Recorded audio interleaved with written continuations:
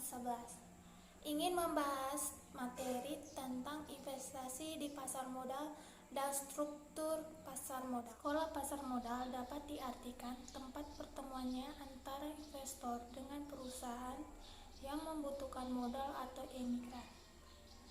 Apa itu pasar modal? Pasar modal yaitu pihak yang mempertemukan pihak yang membutuhkan dana jangka panjang dengan pihak yang membutuhkan sarana investasi pada produk keuangan, baik itu berupa saham, obligasi, reksadana, dan lain-lain. Investasi adalah pengolahan aset atau harga, sehingga aset atau harga tersebut dapat memberikan hasil di kemudian harinya setiap periode yang akan datang. Kenapa sih kita perlu melakukan investasi? Karena adanya inflasi, salah satunya.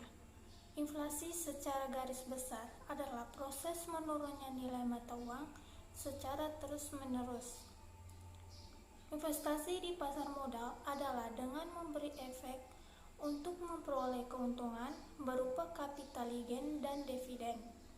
Dijelaskan bahwa capital gain ialah selisih antara harga beli dengan harga jual efek.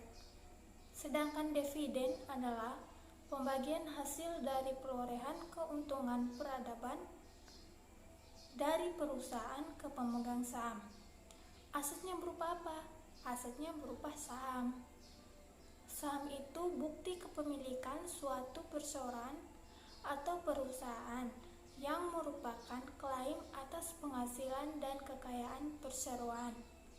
Minimum pembelian saham itu adalah 1 slot setara dengan 100 lembar saham.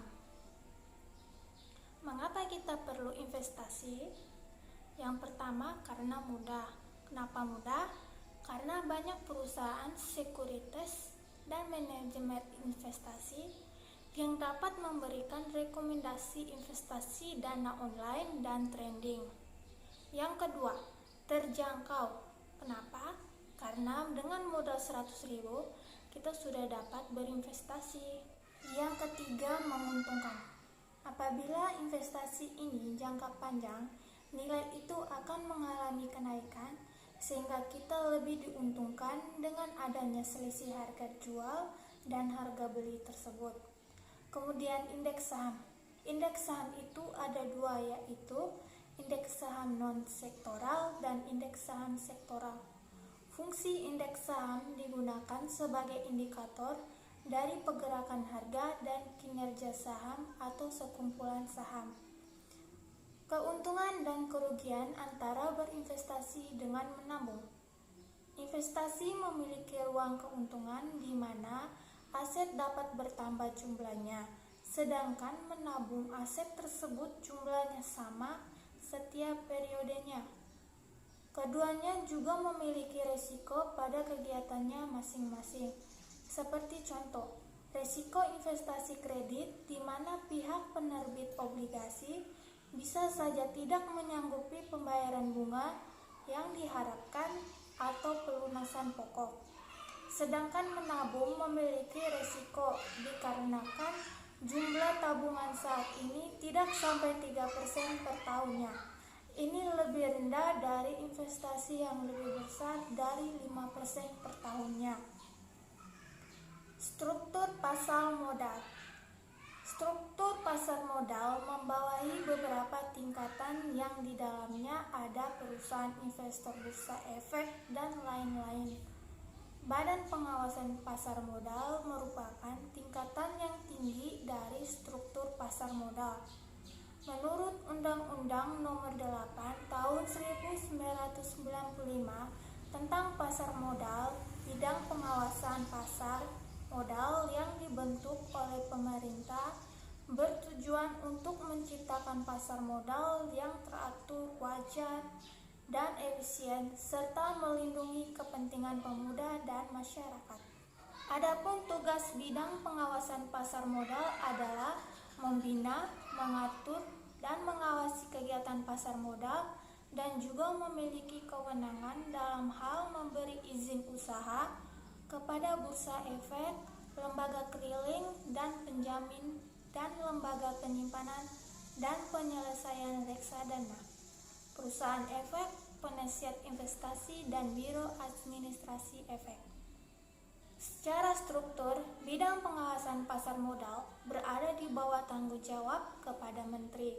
Namun, sejak tanggal 31 Desember 2012, berdasarkan Undang-Undang Nomor 21 Tahun 2011, tugas, fungsi, dan wewenang bidang pengawasan pasar modal dialihkan oleh Otoritas Jasa Keuangan atau OJK sebagai lembaga pengawasan pasar modal Indonesia dan lembaga non-bank. Karakteristik pasar modal adalah sebagai berikut. 1. Dari sudut pandangan para pemakai dana, maka terdapat berbagai macam pihak terlibat dalam kegiatan pasar modal. Dengan adanya dana yang tersedia bagi pihak-pihak yang membutuhkannya, maka berbagai instrumen menjembatani antara mereka yang membutuhkan dana dengan para penanam modal. 2. Dari sudut pandangan jenis instrumen yang ditawarkan melalui pasar modal, yakni apakah instrumen hutang jangka menengah atau panjang atau instrumen modal perusahaan. 3. Dari sudut jatuh temponya instrumen yang diperdagangkan di pasar modal. Sebagaimana diketahui, transaksi surat-surat berharga yang jatuh temponya dalam waktu kurang dari 1 tahun dilakukan dalam pasar uang atau pasar dana jangka pendek, sehingga bagi dana jangka menengah dan jangka panjang, perdagangannya dilakukan di pasar modal. Meskipun kedua pasar modal tersebut tidak dapat dibedakan begitu saja.